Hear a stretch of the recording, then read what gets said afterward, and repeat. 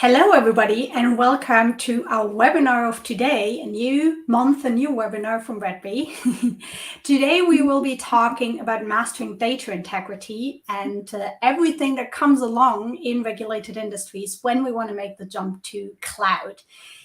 Today, although I just said it's another webinar from Redby, we will have kind of another format. Normally, we're very much hands-on and presenting you what we actually do with our partners. Today, it's going to be kind of a jam session where we discuss stuff, where we look into different opinions, and where we try to give our knowledge to you over this platform. And as per usual, I have our CEO of Redby and the project manager of Jira Snapshots for Confluence with us, Rina. But also, our illustrious group is joined or completed by Monika Andraos. She joins us from Dynamics Compliance, and she's all about formulating and executing strategies for data integrity. And last but not least, we have Markus Roemer with us. He's the managing director of the consultancy CCS, Compliance Services, and he will have a look with us into his vast knowledge of e-validation and PQS compliance. With that, I want to hand it off to you three to quickly introduce us and why you joined us today. Maybe Monika, ladies first. What brought you to this table? What do you want to share with the class today? Well, I want to just share what I know. I think as an industry, we may be focusing on data integrity, and we maybe need to take a step back and reverse engineer how to get there. And so, I just want to share what I know, and I think we can all learn together. Thank you, Rina. Yes, so I've my bread and butter activity is to help pharma and medical device companies to use the Atlassian platform for a software development lifecycle. And to do that, I try to keep my hand on the pulse with everything involving GMP and data integrity and those type of areas. And I'm so happy to have these two experts here because I would be able to probe them with questions, hear the latest news, and somehow see how it is also related to the implementation projects eventually. And Markus, what brings you to this illustrious group? Thank you so much. I try to complete Rina and Monika, and I need people coming from the technical point of view and from the practical point of view, because I would like to represent today a little bit the regulations and the standards, the best practice standards. And so it comes to data integrity, which is a fundamental part of computer system validation. There's no need to separate that. We do that together with Rina's cool solutions. I can already say that if we talk about e-validation, that we get rid of paper-based processes, also production processes or laboratory processes, to what we called it here now in this session, e-validation, to use tools like, for example, ISBGM 5-second edition is really strengthen that view, which is called enabling innovation, and also to have a very good overview of the things, what we do, how we do that. So it's also methodology and methods. And I think we have big challenges, and these big challenges need to have a team approach. And this is the team of today that we have, representing different core competencies, and we need to solve the new challenges that we are facing. Now that you know who you're talking to today and who I will be talking to today, I also invite you to use the chat, either on LinkedIn or on YouTube, wherever you're joining us, and put questions in the chat, and I will pick them up and ask them when they pop up in my little window on the side. But talking about question, let's get right into the meat, because Markus, you quickly touched on it with the validation process and all of you are all about regulated industry in one way or another. I think if I'm informed correctly, you all have a background one way or another in the pharma industry, very much we want it to be safe. I'd like my pills to be great and regulated. I want my devices to be great and regulated if they are or should be aiding me in my health. So there is I want to say, a natural conflict between the innovation that we're looking into and everything we hear about what's going wrong in this big, vast place called the internet, and cloud in a bigger sphere. Markus, from your experience, because you work a lot with the innovation, and you told me before we jumped online, because basically your MO is all about killing the paper is king mentality, right? So what would you say? Why do we need that shift? But also, where are the problems and challenges that companies run into? Okay, why we need that? I think a part of that is the general costs of production and also labor work. So these are the things that get expensive. Sometimes I go very far with that. Also, I must say, in maybe 25 years, we will be 10 billion people on this planet. And if we want to support all the people with the right medicine, and that should be our overall goal, we must change things regarding the supply chain, because the efficiency, how to produce that, and I think if we would say that, it should not be too much today, but there's also an ethical aspect behind all that. Secondly, what people, the human being in general, does not like changes. If you go into supermarket, you will see a lot of things. They make things new recipe. The people buy it, or a new taste. Sometimes not for Coke, and then there's very classical things. But people do not like changes. Yeah. But change, you can also say chances, right? And people hesitate to change, or they would like to everything could approve around them, but they do not really be part of the change. And we do dramatic changes. I think it's also not going too far away if we say 5,000 years we changed from stone to paper, and now we changed from paper to electronic records or electronic processes, workflows, and so on. And in some companies, I remember one colleague of mine 30 years ago who started to do computer system validation. People needed to be trained to use the PC mouse, right? And now we should learn all that digital software, artificial intelligence as a service, cloud stuff in 2 years. And I think that's the challenge. So I had a lot of conversations together with Monika about that, how to bring the people on board. You cannot, like in a military way, say to people, you must do this change. You will fail. You will fail. People are working since 20, 30 years with their Excel sheet or with their paper-based processes, and somebody's coming around. We must do that everything new. And I think it's to fight against the fear that the people are not angry. It's a chance. And basically must do that to be efficient. And it goes all to our costs, and to also to how much labor force we really have. And so there are different aspects. I think resistance to change is the English word, I would say, and this is the biggest challenge that we have. Mm-hmm. So what can we do in that area to work with that? How can we actually get past that? Monika, what's your take on that? I think it's probably the answer to anything, and that's being an organization of learning.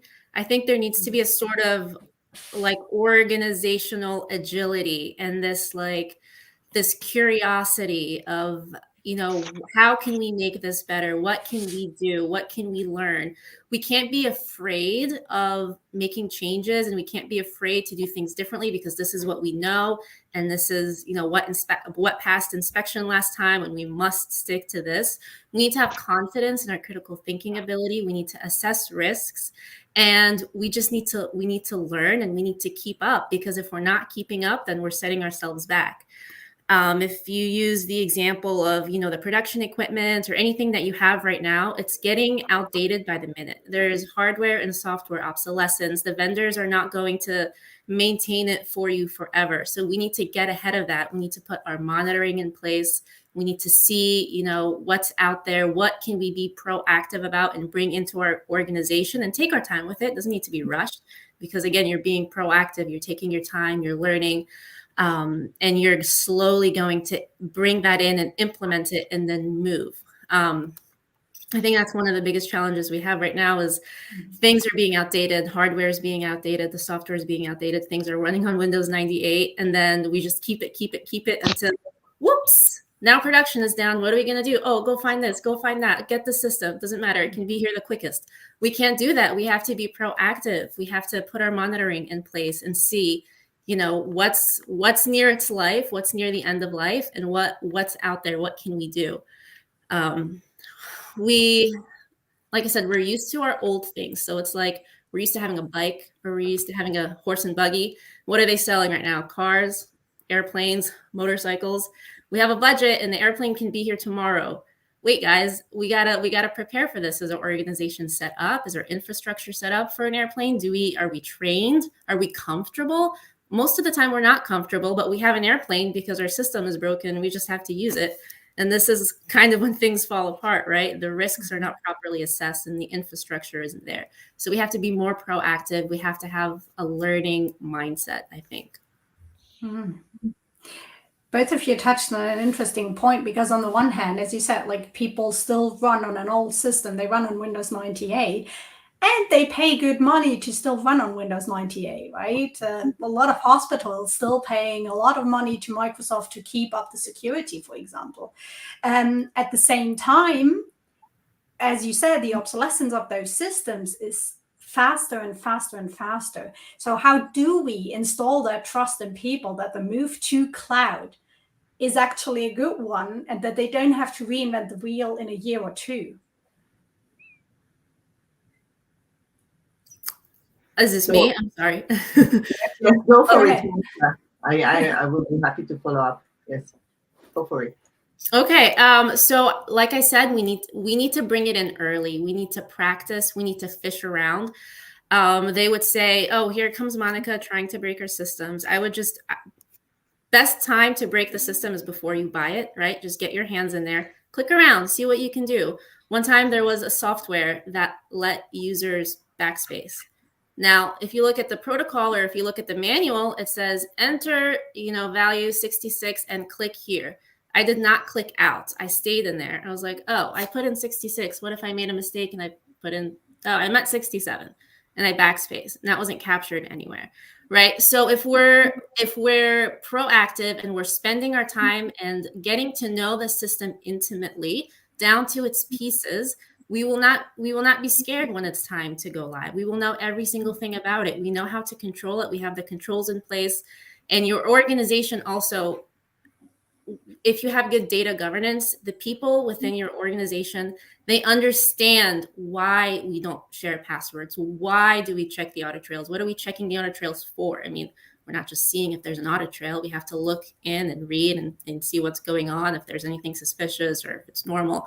And so you have to empower the people within your organization to understand why they're doing the things that they're doing. And it should come with practice. It should, if you have experience, along the way, you make mistakes, you learn, and that gets saved in your knowledge bank, and you apply that to more and more systems as you move forward. Rina, you wanted to follow up on that? Yes, I lost a little bit now the thread of thought, because Monika's answer was so good. But actually, I think what I want to hang on from what you said is that quality requires actually knowledge, requires time, requires curiosity, and really trying to understand what you are doing. And I think what I see very often is that people uh, uh, hide behind processes, procedures, forms, and templates and checklists. So instead of trying to actually uh, really understand the system that they need to work with and what it means, etc., they are hanging on to some kind of outdated checklist, and they don't always get the right support from their organization in order to update the checklist. So there is, meaning there is really a knowledge gap, and I think I'm hinting to you, Markus, because you are a GAM5 expert and now a GAM5 version 2 expert. And what I always remember you saying is that so many people wave GAM5 knowledge or GAM5 buzzwords without actually knowing what GAM5 means. And so is this still the case? Because the last time I heard you rant about it was a while ago. And if this is the case, how can we close this particular gap? This is still the case. So at least we have still the same compliance level, maybe. And I think that's also what Monika was addressing in her answer. So I would be able to talk about hours here on ISB GAM5, and there's a wonderful good practice guide which is called Enabling Innovation. It's simply brilliant what is in there. Like they say, using tools instead of documents or forms, or this kind of tick box mentality, and acceptance instead of approvals. Exactly what we are talking about. As usual, if there are things in place since 2 or 3 years, it will take some time that the wider industry is starting to apply that. That needs some time, that it's read and understood, and then we think on how we will do that. Within our regulated environment, if we would say, yes, we have a new regulation or we have a new best practice standard, even then people are still doing the same things like they have done before, giving their own rationale, yes, because it's how we did it all the time. The classical example from this industry is if we talk about process validation, we will execute 3 batches. So this is now since 4 or 6 years. This is revised, and there are much more better ways in doing that, and now it's 2024 and you still hear that. So you must think about how can, it's a little bit, I call it quality marketing in the best meaning, quality marketing. So what we have learned, and then I will give over to Monika again, from the several data integrity projects that we have done and gap assessments. 20 years ago, we did the same with Part 11. We had assessments, we did know the gaps, and then the project was ended. So we never had the level 2 and 3 of such projects. And regarding data integrity, or if you look into WHO regulations, they underline always the management governance, the management quality culture. Europe is writing the ultimate responsibility regarding data integrity is with senior management, so CEO and so on. And then you see, yes, we can have the best standards. Some companies have the best technology. You will find this freaky cool guys working already with Confluence. The rest of the world in this company is working still with Word and Excel and so on. And I think this was maybe also the reason why we put it together in this way. Industry 4.0 needs Organization 4.0. Organization 4.0 is a value-based leadership of values. What do we want to do? Rina, you know it yourself. People are talking. We want to have an agile software development lifecycle. And then you look on the org chart, and the org chart is the same way in the 1980s. So agile management and agile, what does that mean for management? You give responsibility to other people, and many people can't do that. So they love to keep it like it is. Then I know it. There's nothing strange. Nothing could surprise me. This is what I know, and then I can talk about what is written in GAMP 5 for hours. But then the next thing is how to implement it into an organization and with the right tools. And some companies start with the tools and then they are frustrated because it does not work, because like we had an email yesterday, Rina and me, configuration is important. If you go there the wrong way, it's ending up in a and then you will find always someone, I told you. I think that's also English. I told you this will not work. Now you have seen that it's not working, and then you have exactly the reverse effect that you wanted to have. You want to do the change, and the people declining the change are now on the winning side. And this happens all the time. And I think it must work on management level, quality culture, on these things, providing the right tools and the standards who can be a blueprint or something like that can guide through that. But there must be 2 or 3 different things happening that it is a success. If you only have one, the greatest tool, without the procedures, without management attention and management commitment, it will not work.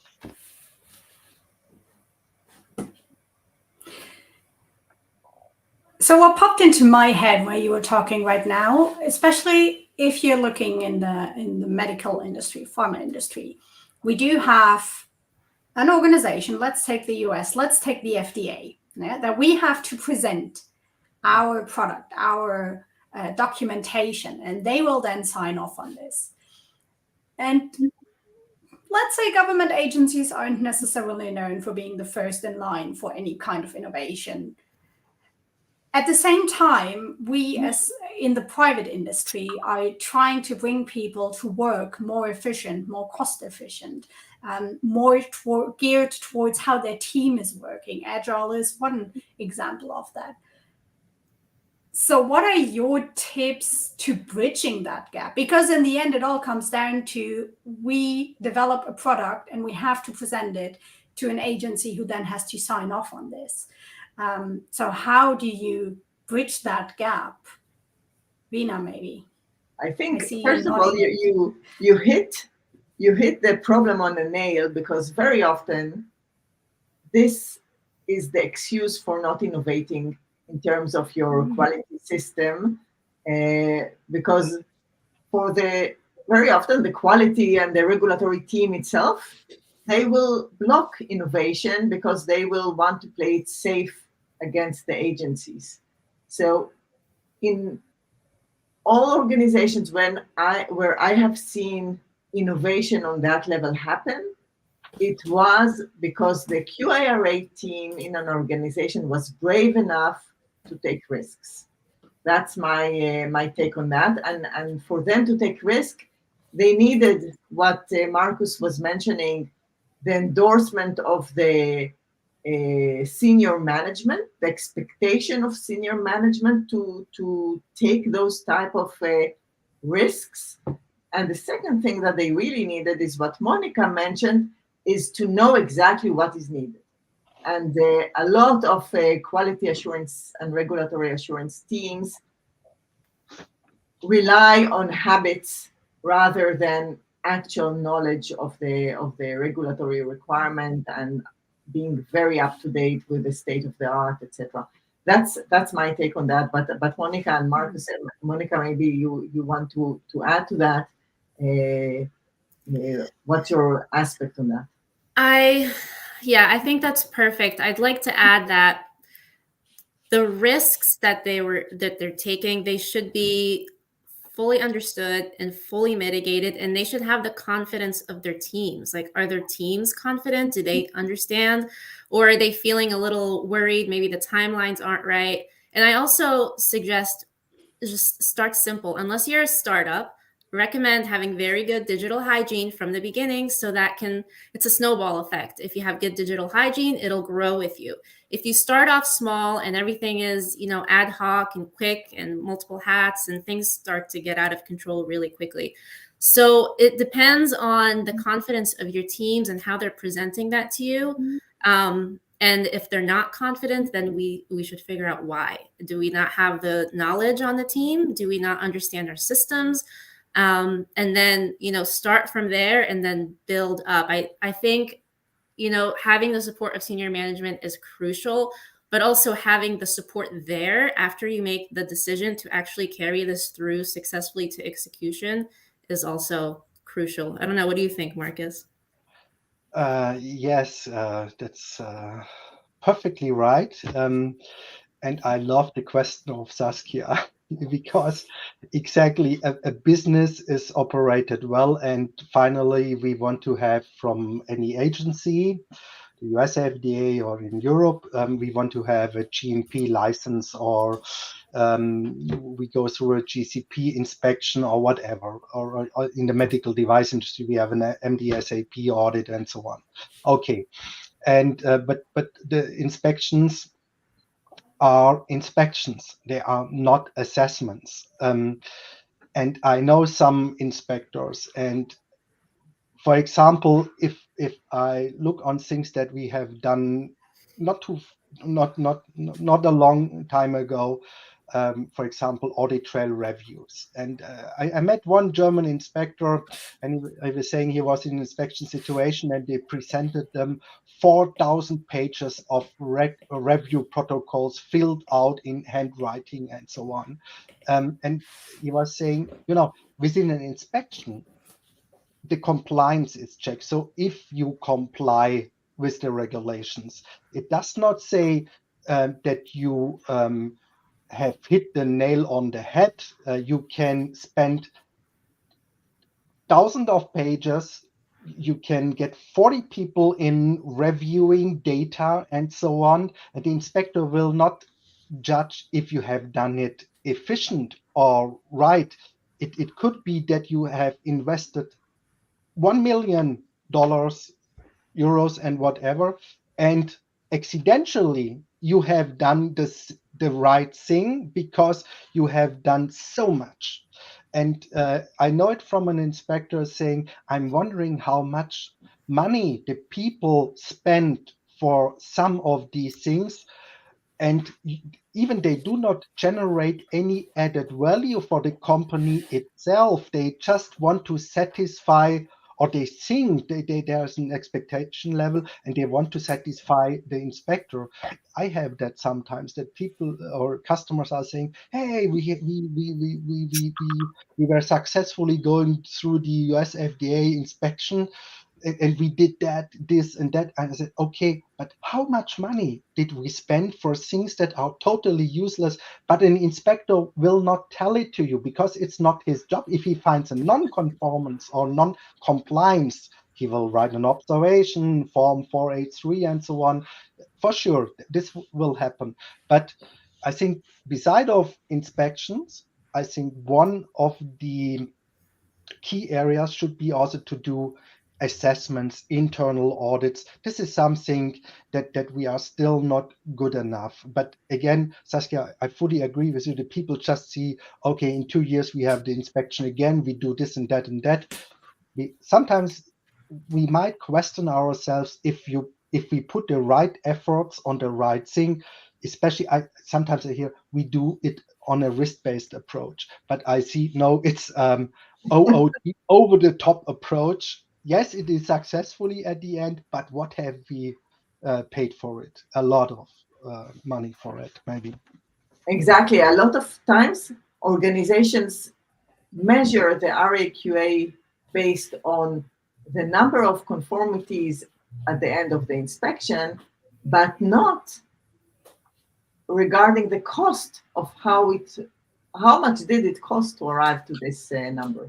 So yeah, and maybe just one sentence. And even like you were saying, Rina and Monika, that people say we do it like we know it, and also saying we don't know the inspector or investigator who is coming. And but for any inspection, you do a kind of a profiling. Who will visit me? You do the same for audits. What are their hobbies, the key interests, and so on. And you can also know, is the person coming a digital native?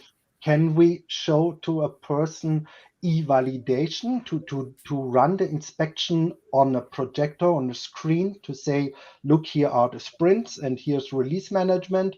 Or does he think about anything else if he or she is hearing the word sprint? Is it really understood as a software iteration? Just as one example, and this is what I think is also very important. Whatever solution we are working on, also to provide a hybrid solution. Rina, we also have done that. If somebody's saying, but I still want to have the paper, okay, we push one button, 600 pages, Word document. Now the question is, do we want to print it or only PDF? It depends on how much we like the trees. But this is something always to be flexible in 2 or 3 solutions that you catch everybody. Yeah, we can still do it on paper. We do it in here. Basically, if you show there's no difference, and if the inspector is coming and he's a traditional thinking person, we will show the paper, no problem. Mm-hmm. I have one question for Monika, because what we've been talking about now is a lot like, how do we work, we as people, how do we interact with each other? But in the end, what we are producing here is still a lot of data in one form or another. And for me personally, one of the biggest advantages of moving to digital systems, and in the end also moving to cloud systems, is the availability of, in the best case, one single point of truth, right?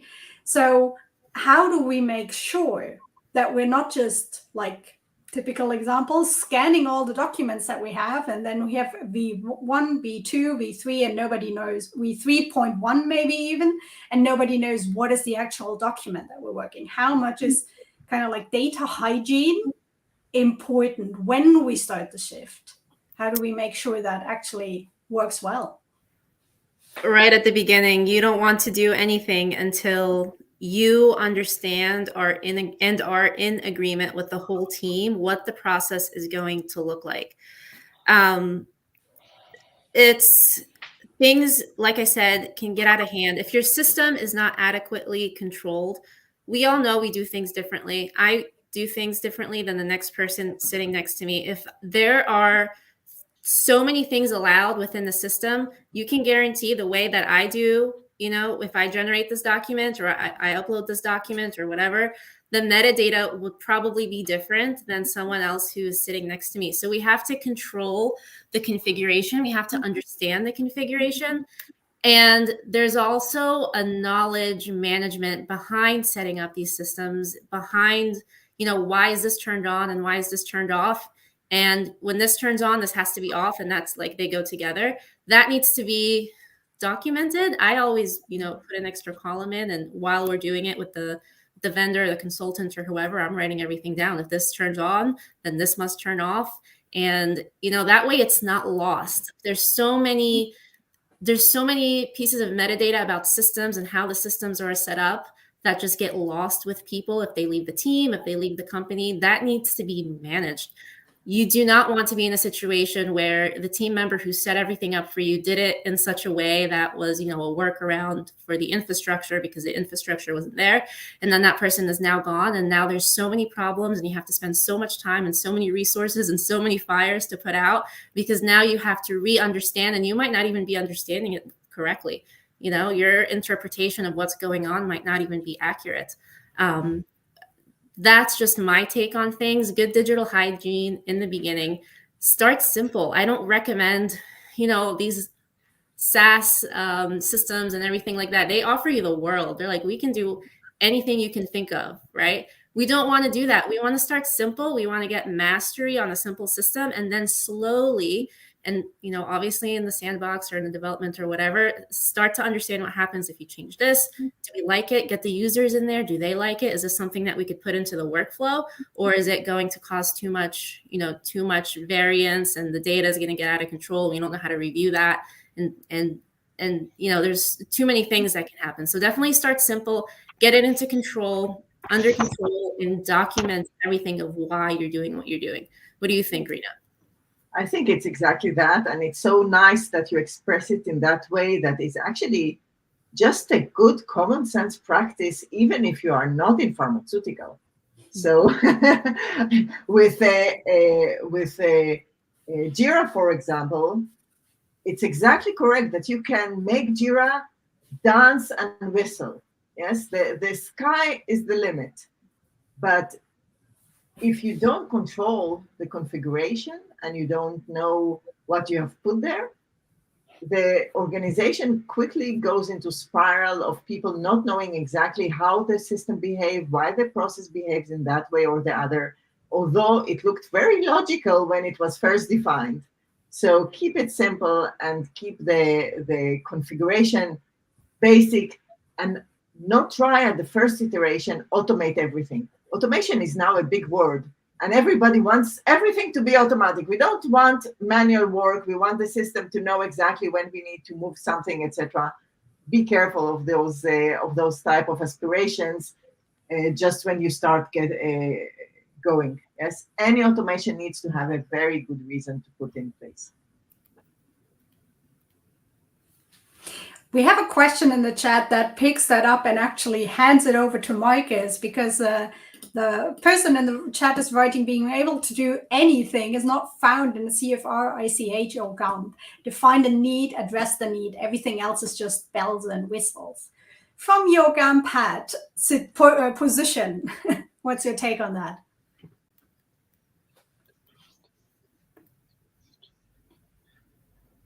Yes. Okay. CFR, ICH, or GAMP. So the first two are regulations and by law, and GAMP is a best practice standard. Being able to do anything, it's always, especially for regulations, it's an own interpretation how to do it. As an example, Code of Federal Regulations or GMP is saying you should have control your documents. Yes, basically you can do it on paper, microfilm, electronically. You can even throw it into stone. Nobody's defining that. I use the things for my own benefits. And that's the interpretation that I'm doing. In the regulations, for example, it is written audit trails should be regularly reviewed. So you ask the first consultant and he says, yeah, you can do it on a yearly basis. The next one want to be better and say we do it on a monthly basis.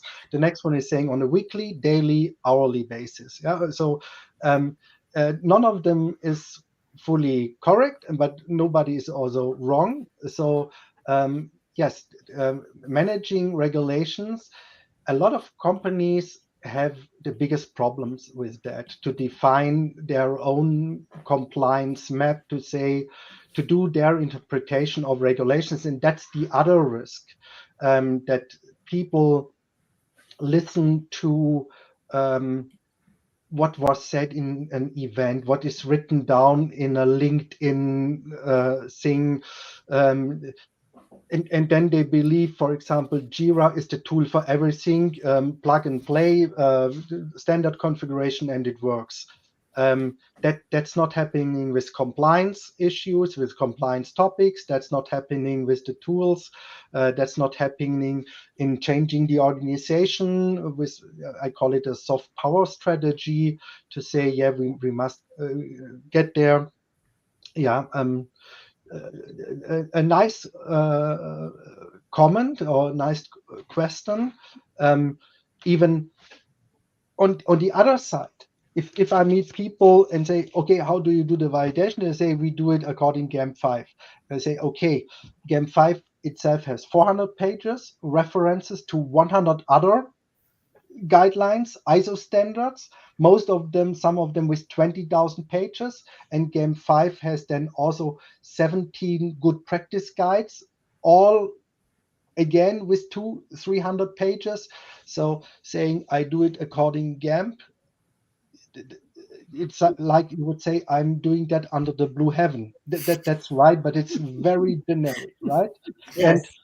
And this exactly what happens in an inspection, GMP compliance or any kind of compliance. The inspector, sometimes you can put yourself into the other role if you think about that and say, what would I think as an inspector if I'm doing this and that interpretation? And like for cloud or I had once a situation saying in the regulation, it's written you should do on a regular basis, you should do backups. So I was standing in front of an automation system, a PLC system, and I was told according the SOP, and it was told to me because it's written in the SOP, it must be correct. That was the message. We do a backup every 6 years. So the regulatory requirement is met because you do it on a regular basis. I was just saying, listen, Murphy's Law will teach us that the hard disk will break after 5 years and 364 days. And then you will lose all your production data from this. And this really happened to me. And then I was asked if I want to join because they needed to visit the agency to explain that they lost the data for 6 years. And I said, I'm not willing to join this for 2 hours. That's for the consultancy rate. It's not worth to do it. And they would say, but these are the things that really happening indeed, yeah. And then you can have the best regulations or not, or follow them. It's always about a wise interpretation of the regulations. Can I add something? I think in that case, risk was not fully understood or even thought about, right? Yes. The term risk management, I think, scares a lot of people, and a lot of people just step away and say that's probably above my pay grade. I don't think that's true. Risk management is simply what can go wrong and how likely is it, right? You don't need to be, a genius or a VP to understand in what you do every day, what are the risks. I think everyone should be involved. I think risk management should be done within your team even. Hey, this is our line. What do you guys think could go wrong? What do you foresee happening? You're on the floor every single day. You operate these machineries, however many hours a day. In your perspective, what can go wrong? That's not something that another person can do because they're not on the line every day, right? So when you are evaluating risks, you have to do it according to what you contribute to the company. It's not someone else's job, it's your job. And I like it so much because it's really speaking to agile principles. Yes, agile is a lot about team empowerment, and I think that a lot of the companies who really try to be agile, etc., don't get that part of agile culture. If you want to foster an agile culture in your organization, you need to empower the team to make good decisions, basically. Yeah. So to sum up what you just said, what I heard was, first from Markus, stop looking for best practices, start looking for the good practices that actually bring you benefit, that is not just a copy of whatever you find on the internet that might not necessarily apply to your use case specifically. Think for yourself in a way. Monika said the thinking for yourself is not just tied to the pay grade or your position on the corporate ladder, but it's actually everybody's job. And what Rina was then adding is, and that's basically the foundation of how agility works. If you want to have a good agile team, everybody's empowered and everybody themselves feels the accountability to do exactly that. So how do we bring that now into practice? What's the first step that we can take and actually get the agile ship off the ground, so to speak? Okay, I would like to answer that. Like I was saying, that we talk about value-based management or leadership, even leadership, like you were doing this conclusion to empower the people, right? So the first thing is that you should really analyze in which kind of organization you are and where is your starting level. I know there's a methodology, it's called 9 levels of different value stages, and Wow. this is very interesting, yes, that you say, okay, first of all, and we know a lot of that companies, you start your own business, you are really like, you can, it was taken how a human being is developing. So you are a baby and you need full support of your mother. You can only sleep, drink, and eat, and the other thing. And then you get a teenager, and companies are developing a bit similar, and there are maybe some wild times and so on, and it takes a level to get on an adult level. Then it might be that you have a kind of egoism in your doing, even in companies, and then it's splitting also a little bit. Maybe you have this kind of little departments. One department is using this tool, the other department that tool, and it's an internal challenge and so on. And after a while, you get a vice guru of everything. And companies are a little bit the same. The first thing is I'm looking on which kind of level is this company and where they want to be. In this philosophy, it's very interesting. You cannot come from level 1 directly to level 4. You must go each step. You can just Google it, level 4. It's showing stairs going in a cycle up. And that's super interesting. And I think it's, first of all, if they tell me, or that's my experience after a while, we want to have e-validation. Is there the capability? And people do change. We will also change to say we need other whatever electrical power systems and so on. Not when we can do it, and if we would still, we are driving the car until it breaks, and then we will do the change if we really have the problems in front of us. And the motivation for the people should be, before it comes to that, we must change. Otherwise, the change will be much harder. It will cost a lot of more money. So before I talk about what is in GAMP 5, on senior management level, they do not care in the first moment what is written on page 348 of the GAMP standard. Maybe it's great and but the starting point is, where do I pick up the people? Are there on this still on a baby level? That would be fantastic. It could also be that they say, in our organization, we stay on that for the next 100 years. Then it's a decision. They can say, we do agile, we still do waterfall model. You don't need to run whatever comes in fashion, and you do take that all with you. You can't, you simply can't. But I think that's the starting point, to be fair to the organization, and then to say, I had that really from level 1 to level 4 directly. We have some Excel sheets directly to digitalization, batch records management, including automated PQR. And I say, oh, stop. Then I take sometimes also like my children. You learn training, swimming, and so on, and you do not start in a Formula One car. It's too much. Okay. Good point. Good point. You need to meet the organization where they are and then take them to the next level. Right.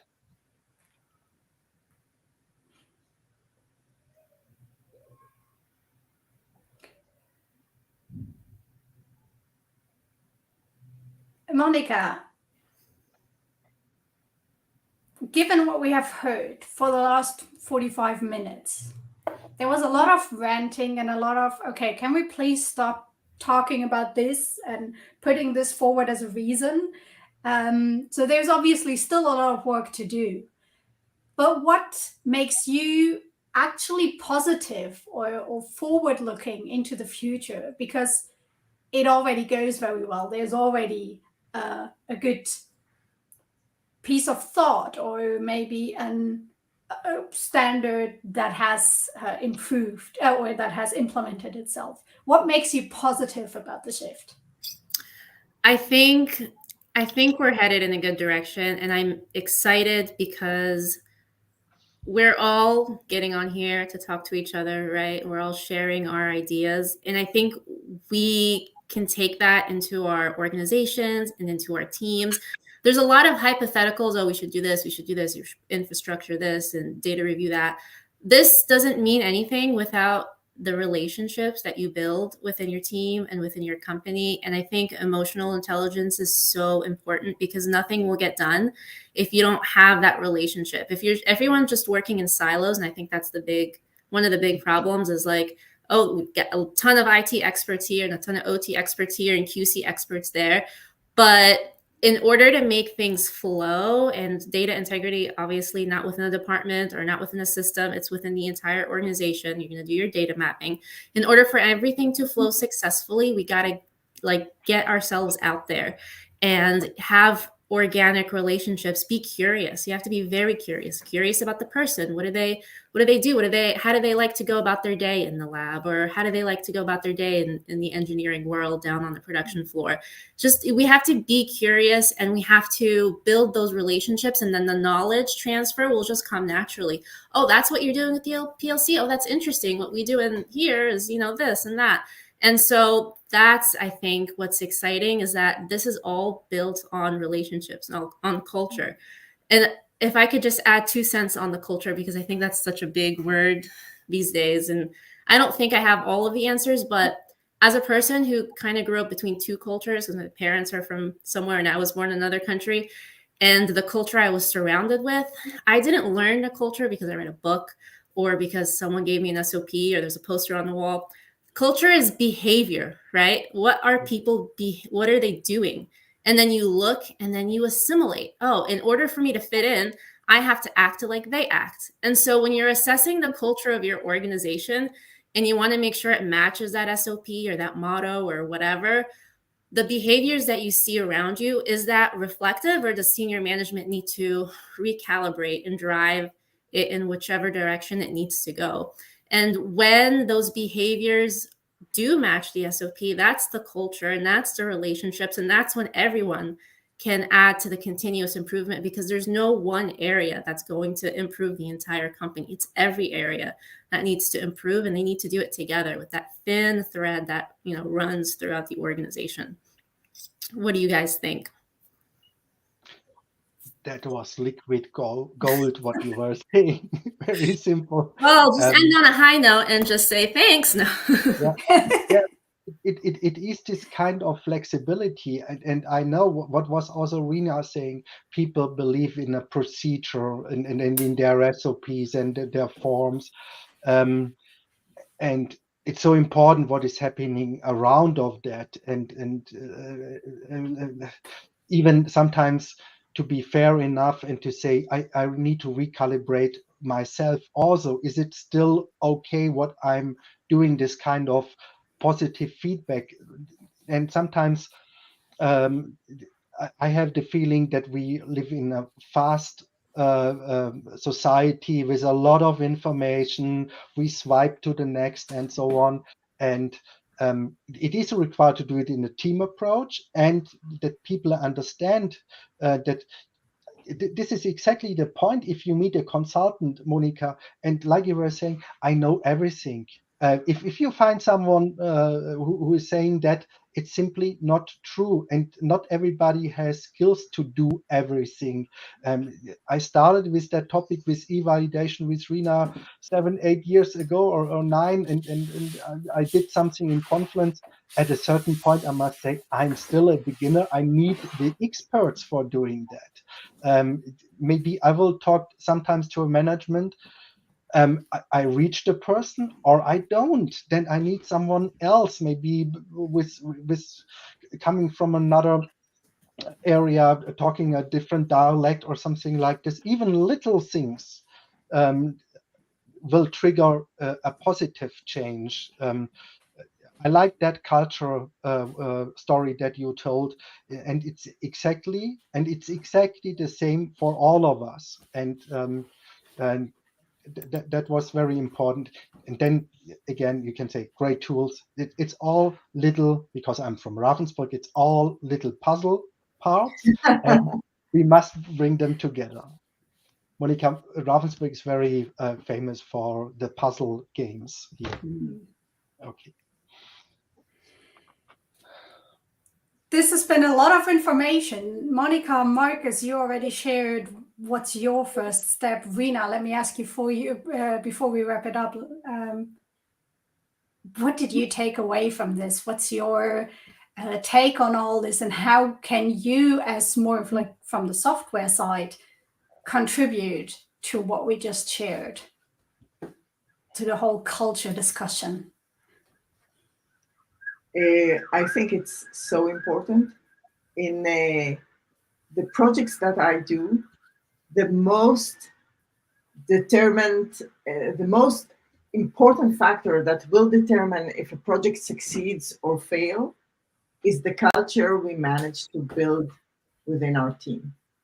And nothing beats a team that has a good spirit and can collaborate nicely.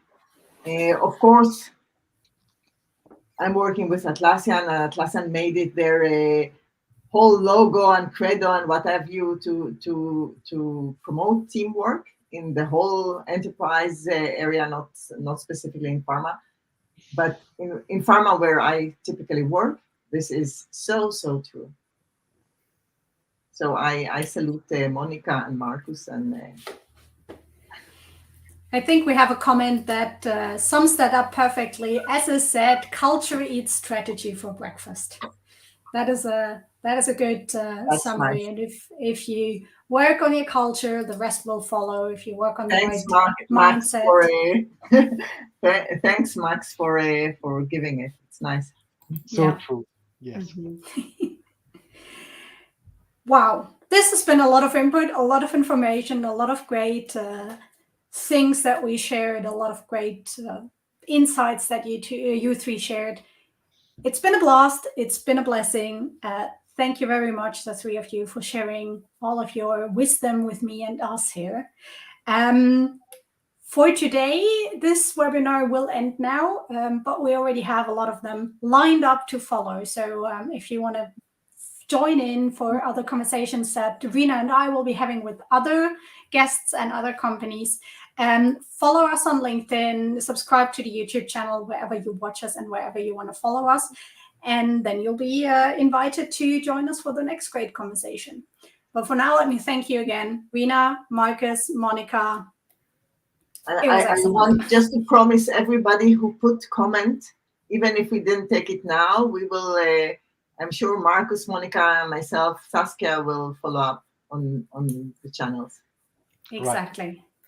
Thank you so much. This is fun. Thank you so much. Thank you. Bye. Bye. Bye.